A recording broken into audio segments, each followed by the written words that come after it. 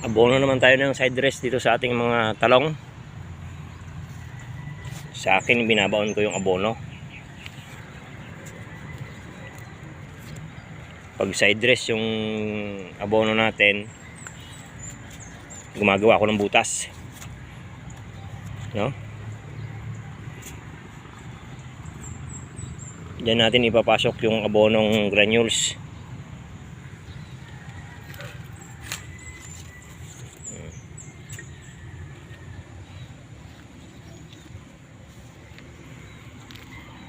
Tapos yung dami,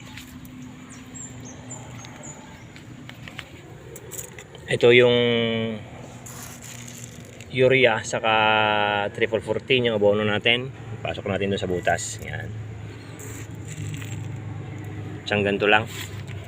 Pwedeng isang kutsara. Pwede namang kalahati.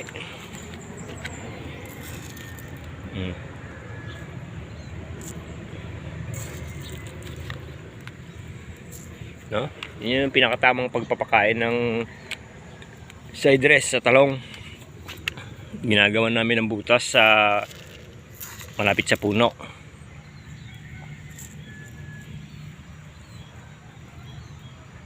Para hanggang loob, hanggang sa ilalim ng lupa ay nakakapasok yung abono. Hindi lang nasa ibabaw, ano? Para hindi naman masayang yung abono.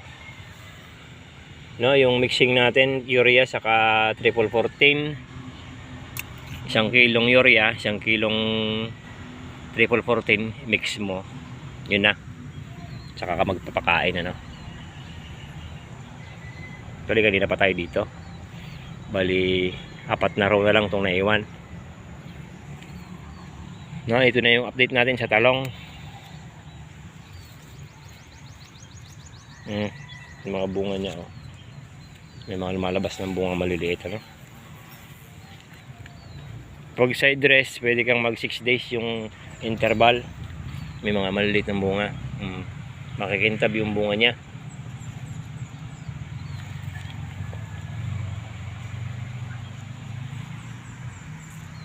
Ito yung pinaparecover natin, si Calixto F1. May mga lumalabas ng bunga. Makikita niyo yung mga previous video natin patungkol dito sa ating talong na pinaparecover. No, mas kung wala namang panahon para mag drenching yung dilig, pwede naman yung side dress. Kaso nga lang sa amin binabaon namin, may mga bulak-bulak na lumalabas. So magtatanim tayo ng sitaw. Yan, ready na yung tatamnan natin ng sitaw dito sa pagitan.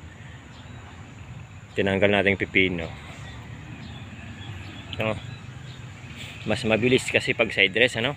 Kaso nga lang, para makasiguro ka na effective yung pag-abono mo ng granules, baon. Bawat puno, ayan, sandangkal lang, ang layo.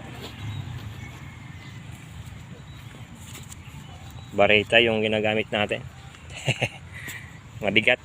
Ayan, sandangkal muna sa puno yan. O mas mahigit pa. Kasi marami tayong gawain ngayon. Araw ng abono, siyempre kailangan mag-abono. Siguro din yung nabasa yung lupa, ano? Para maganda yung pagtunaw ng abono. Kung kaya maglagay ka tapos kinabukasan, pwede kang magpatubig para ma-absorb ni talong yung abono. Ito yung in-spray natin ng pang white flies. Ayan, nakadikit na yung white flies sa ibaba sa dahon. Yung ginamit natin ay sabon. Ito na yung itsura. Yung mga white flies na sa ibabaw na ng dahon.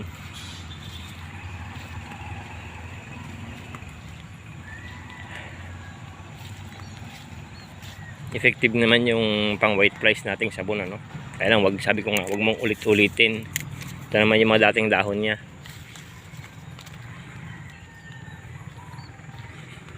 Pwede na isang beses lang. Pamuksa na, parang repellent na rin, hindi na makabalik. Kasi sabon. Kung hindi ba daw nakaka-apekto, hindi naman kasi may malilit na bunga. Tapos may mga bulaklak, hindi naman naglagas yung bulaklak.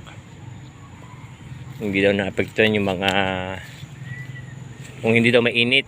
Ilang days na mula nag-spray tayo dito.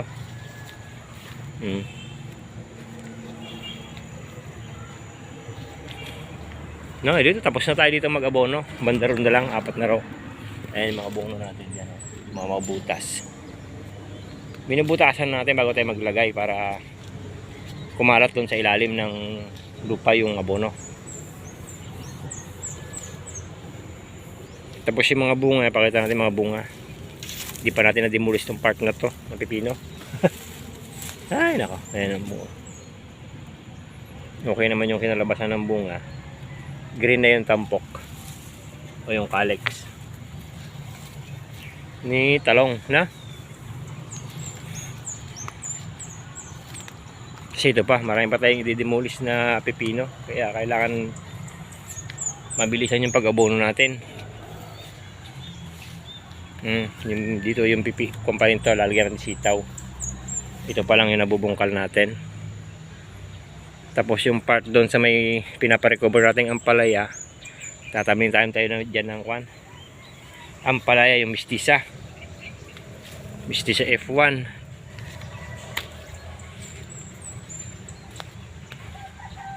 No, update lang sa talang abono tayo ngayon, side dress. Paano mag-abono ng side dress, tamang side dress. Pag side dress sa talong. Marami nang lumalabas na maliliit. Tapos may baloktot. Tanggalin na yung baloktot kasi hindi naman yan mabibili. Ay nako.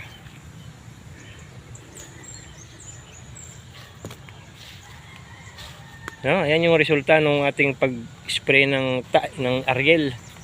Mga nagtatanong sa Ariel kung anong ba nangyari na.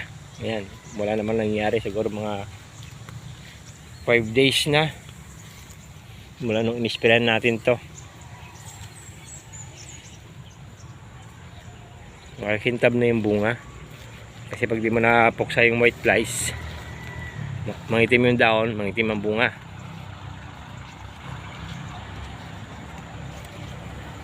Although wala pa tayong naani. Ay nako. No, tamang side dress. Pag granules, mas the best na ibaon mo yung abono. Tumusok ka lang ng isang dangkal mula sa layo sa puno. Pwede na. Ang ganda na ng mga talbos natin, oh. Nagba-violet na siya uli.